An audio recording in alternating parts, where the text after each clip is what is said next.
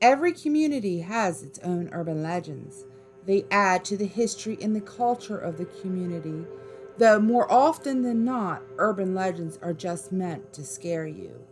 We listen to these legends because deep down inside we love the sensations of being scared. There isn't a lack of urban legends from Florida, despite the carefree vibe and the fun in the sun attitude. But there's a dark side to the Sunshine State, a swampy, spooky, backwoods side full of haunted dolls, swamp creatures, and restless spirits. Here are 10 of the many urban legends Florida has to offer. Haunted houses come in all shapes and sizes, and it seems like any building is capable of holding ghostly forces. There are some houses that seem to attract large amounts of activity, and the Riddle House is one that has garnered a reputation as being one of the most haunted around. Built in 1905 by a hotel owner, the Victorian style house was situated across from the eerie Woodland Cemetery. It was first used as a mortuary and funeral parlor. There were rumors that the building was also built upon an ancient burial ground.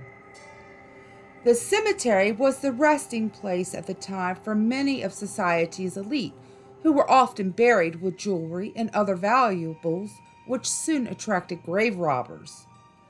Soon, the Riddle House became a gatekeeper's cottage to help protect the inhabitants of the cemetery. The house already had a bit of ominous air of death around it, but by the 1920s, things got worse. One of the security guards, Buck, was brutally murdered here. Some say it was grave robbers who did it, while others claim it was a cemetery visitor with whom he had an argument with. Regardless, Buck was dead, and the whisperings began that his ghost still patrolled the grounds from beyond the grave. Despite growing rumors of ghosts, the house was bought in 1920 by Carl Ritter, who then turned it into his personal residence. It didn't take long for Riddle to start experiencing a wide variety of paranormal phenomena at the house. During the same time, he had to deal with an employee's onset of deep depression due to major financial troubles. One day, the depressed employee went to the attic and hung himself, his body found hanging from the rafters the next day. The paranormal activity worsened after that, with the family members and housekeeper claiming to see the apparition of the dead employee, as well as other lesser defined shadow shapes, moving objects, flickering lights, the sounds of chains being dragged across the floor in the attic, and disembodied voices. Soon, house staff began to quit, and the Riddle family, not being able to take any more of the paranormal activity, moved out. The house passed through several different owners throughout the decades, and each time was abandoned soon due to the intense ghostly activity. In the 1980s, the house sat unused, slowly deteriorating. All potential buyers were scared off by its reputation of being haunted. The city planned to demolish the house, but Carl Riddle's nephew, John Riddle, saved it. In order to preserve the house, John had it moved to Yesteryear Village, which is an open-air museum covering 5 acres and made to look like the late 1900s era Florida town. The entire house was moved, piece by piece, and reassembled at the village. It seems the ghosts were not happy with this move. Immediately, construction workers involved began reporting a variety of strange incidences. They claimed that unseen hands would push or probe them, hit their helmets with hammers, and tools and other equipment would often mysteriously go missing or turn up in odd places, and even have been found strewn all over like someone ransacked the place. The windows of the house were also reported to break for no apparent reason, with glass cascading down everywhere. There was even several freak accidents that were reported. It got so bad that the project was postponed for 6 months. Now that the house is open at its new location, the activity still is not improved. Visitors often report objects being thrown at them, the apparitions of an angry woman in the kitchen that smashes things and slaps men, another of a young boy, and of course the Riddle family employee who killed himself, seen hanging from the rafters. The attic is reportedly so haunted that it is now padlocked and off limits to visitors. All over the house, lights will turn on and off by themselves, phone batteries will suddenly die, objects move on their own, 1920s music can be heard coming from the attic and the closets, and people have been poked, shoved, or have had their hair pulled. In the little Florida town of Washula, there is a bridge locals call the Bloody Bucket Bridge.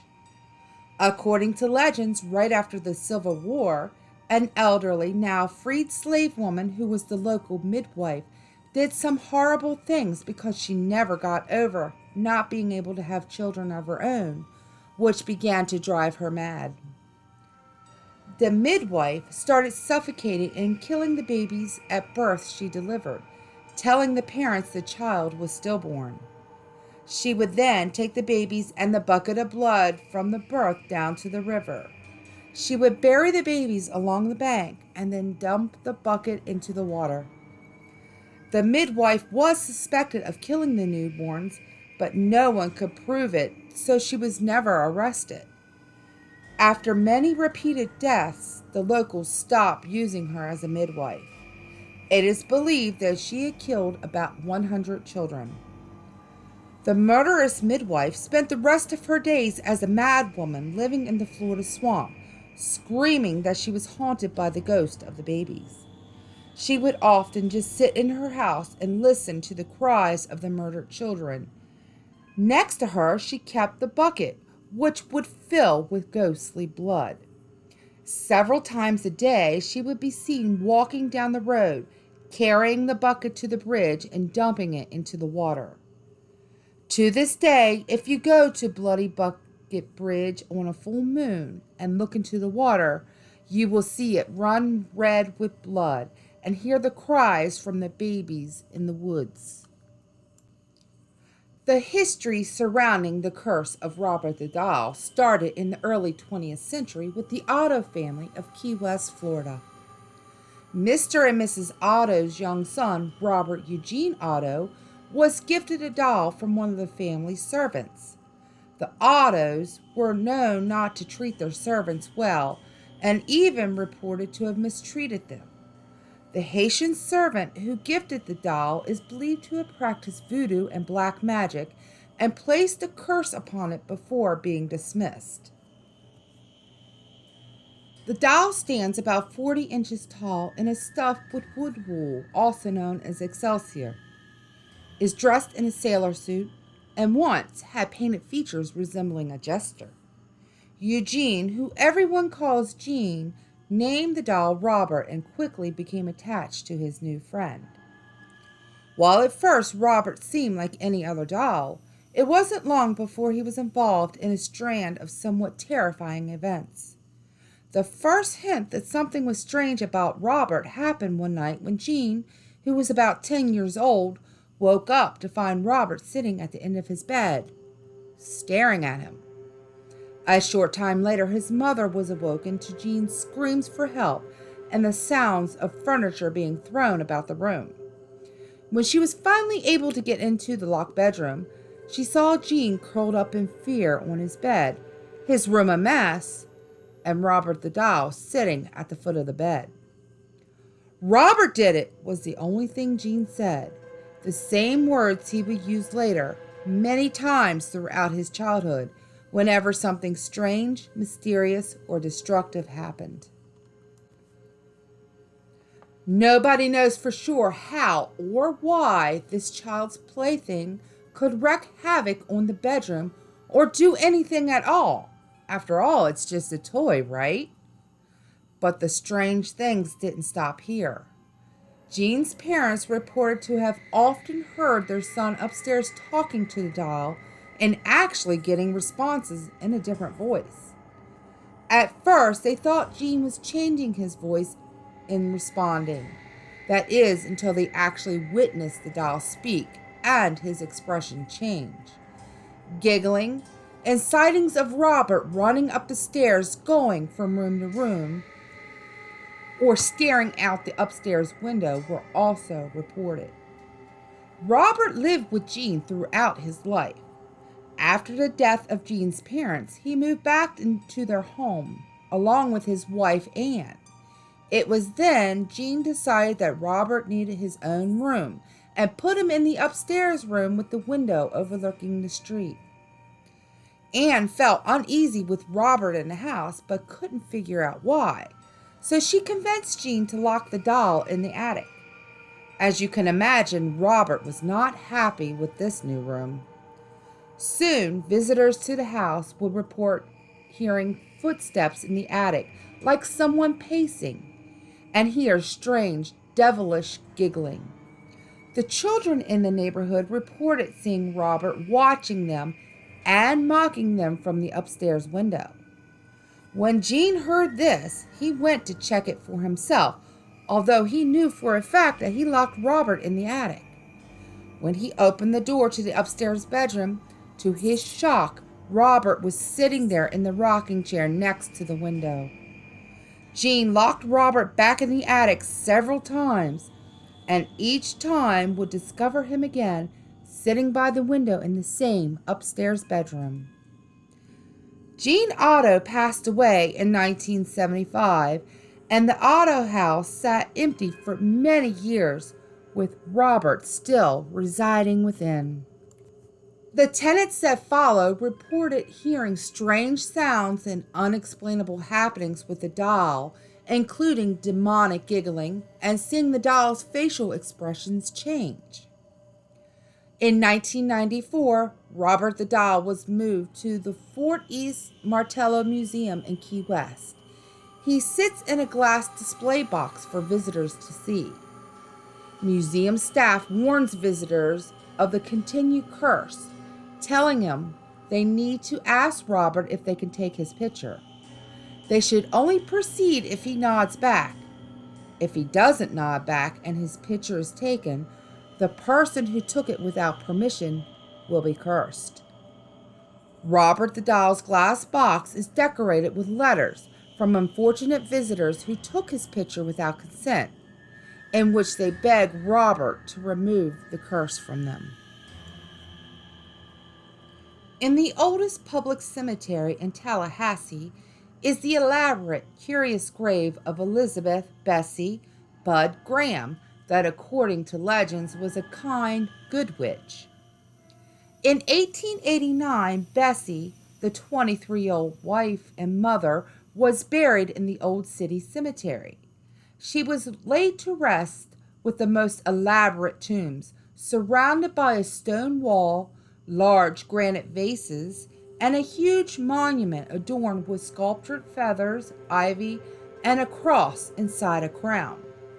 There is no doubt this was an expensive grave marker for 1889, considering wooden markers were common for the time period. Historians are baffled as to why Bessie has such an elaborate burial place and who could have paid for it.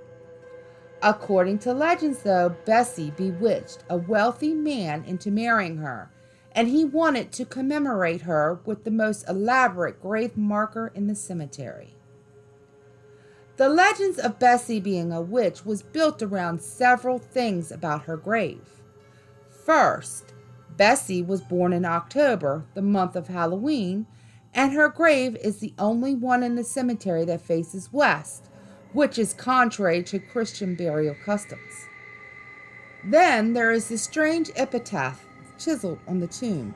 You probably recognize the passage from Edgar Allan Poe's Lenore. Ah, broken is the golden bowl, the spirit flown forever, let the bell toll. A saintly soul floats on the Stygian river. Come, let the burial rite be read. the funeral song sung, an anthem for the queenliest dead that died so young, a dirge for her doubly dead in that she died so young. According to many people, this weird epitaph translates into a variety of witch evidence. The first line, "Broken is the bowl," refers to driving a stake into a vampire. The lines, "The spirit flown forever," and "a saintly soul floats on the Stygian river," means that a witch's spirit cannot cross the river of death and is trapped between life and death. According to practitioners of witchcraft, the Stygian River is the Styx River of Greek mythology, where the souls of the dead were carried across the river Styx to the lower worlds. The queenliest dead means that she was the queen of the dead, and doubly dead refers to a witch having to be killed twice. The strangeness surrounding Elizabeth Bessie Bud Graham's burial place has helped keep the legend and the spirit alive for more than 100 years. During a seance, George Colby claimed his Native American spirit guide led him on a mission to establish a spiritualist community. Fulfilling the prophecy, he founded Cassadaga Spiritualist Camp in the backwoods of Central Florida. Cassadaga is a small, unincorporated town in Volusia County and is known for two unusual things: being called the psychics' capital of the world because of the large number of psychics and mediums who live there, and for the Devil's Chair. The Devil's Chair is a wide brick bench that sits in the cemetery, and according to legends, the devil himself built it and returns to lounge in his chair every night at midnight. According to legends, if you sit on this bench, he will whisper evil ideas to you, and you will forever be haunted by the experience. Another legend also says that he enjoys drinking beer while lounging in his chair. If you leave a full, unopened can on the bench, when you return the next day, the can will be empty, but unopened. Captain Tony's is famous for hosting Jimmy Buffett and Hemingway, but it has a dark past full of ghosts, dead bodies, and even a hanging tree. Few bars in America have a history as colorful as Captain Tony's in Key West. The bright yellow building was constructed in 1852 and originally was an ice house that doubled as the city morgue. The morgue had a bit of bad luck in 1865 when a hurricane swept across the Keys and destroyed the building, sending dead bodies floating in the floodwater. When the storm cleared, only one body was recovered. According to legends, the body was buried in what is now the billiard room, with a wall around it and several vials of holy water. In the 1890s, the building was a telegraph station, a cigar factory, then a bordello that catered to the Navy until it was forced out of business. After that, it was several speakeasies, the last, which was called the Blind Pig, specializing in gambling, women, and Hoover Gold, which was the locals' nickname for bootleg rum.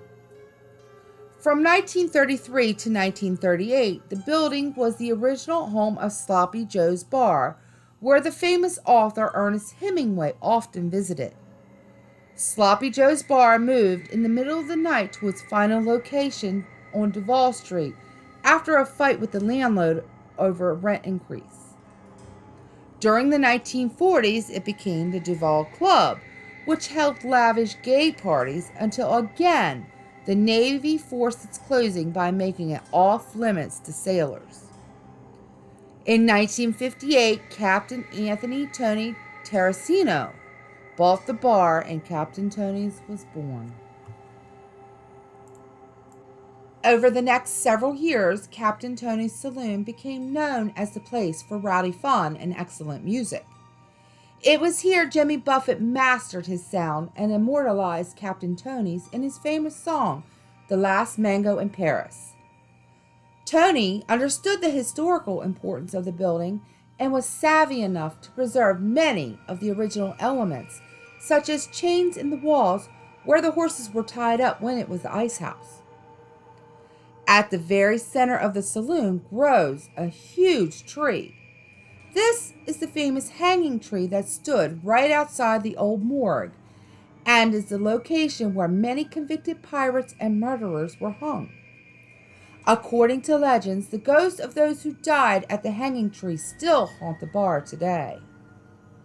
Next to the pool table, exposed in the cement, lies the grave marker of Elvira Edmonds. It was discovered along with the skeletal remains of dozens of people when the old floorboards were removed during renovations. These are presumed to have come from the time when the building was the morgue. There is another gravestone located at the foot of the hanging tree of Reba Sawyer. According to legends, Reba was having an affair and would meet her lover at Captain Tony's in secret. Her husband found out about the affair after her death, and in a fit of rage, pulled her tombstone from the cemetery and dumped it inside the bar, saying, "This is where she wanted to be, so this is where she will stay." Another legend of a spirit that is reported to still haunt the bar is that of the Lady in Blue. According to legends, a woman who murdered her husband and children was hung from the tree that now stands in the middle of the bar. Her apparition has been seen wandering around the area, with many people believing she is looking for a new husband. She is seen wearing the same blue dress she was hung in.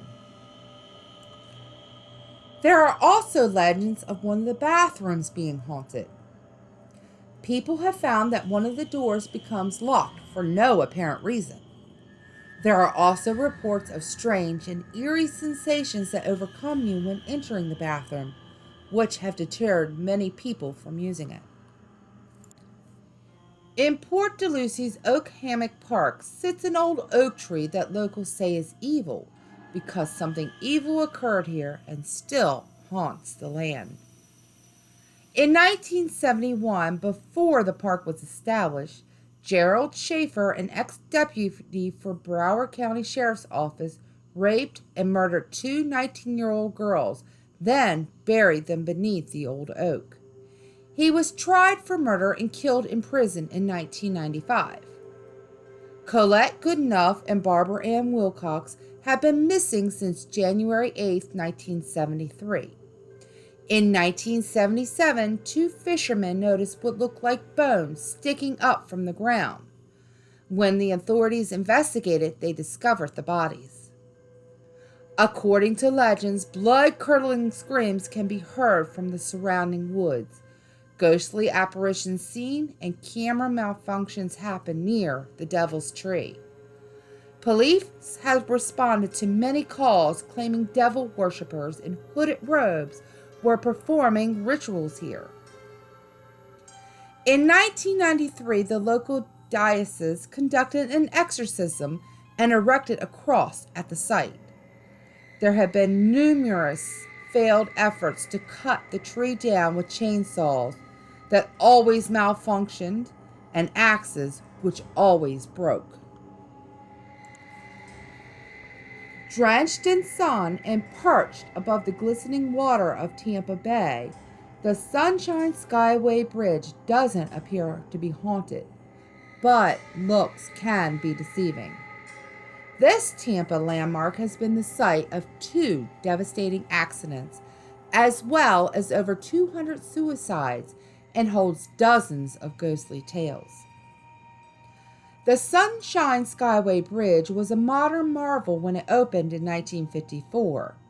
The bridge spans the mouth of Tampa Bay. In 1971, officials built an addition to the bridge. All went well for the Skyway, aside from a few jumpers, until 1980. On January 20th, 1980, a buoy tender and a tanker collided while passing under the bridge. The accident killed 23 servicemen. On May 9, 1980, a freightliner crashed into one of the Skyway's support columns. sending a portion of the bridge crashing into the bay.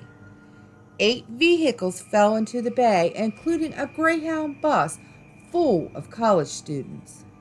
35 people died in that collapse.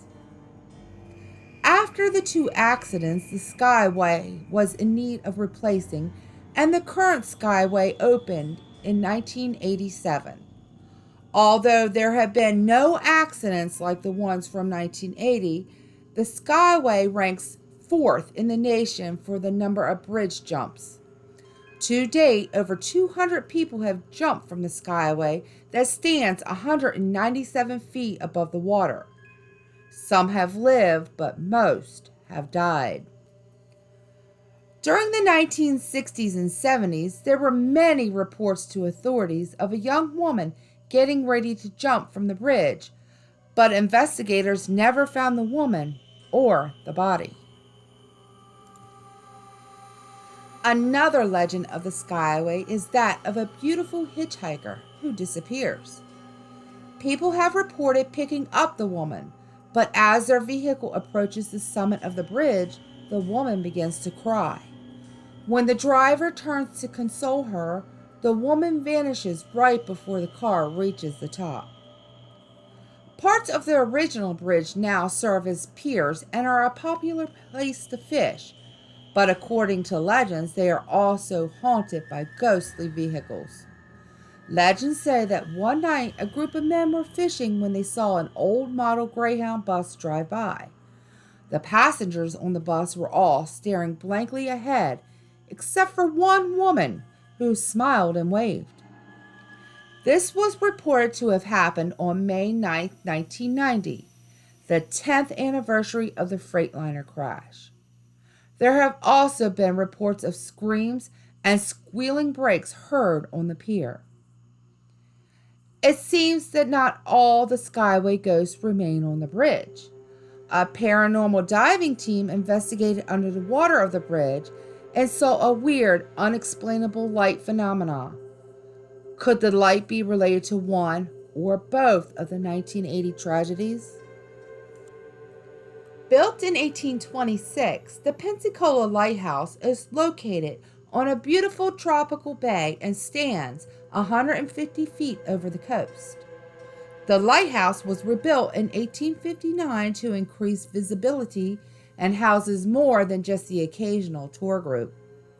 The lighthouse is home to several spirits who love to make their presence known, with the most notable being Michaela.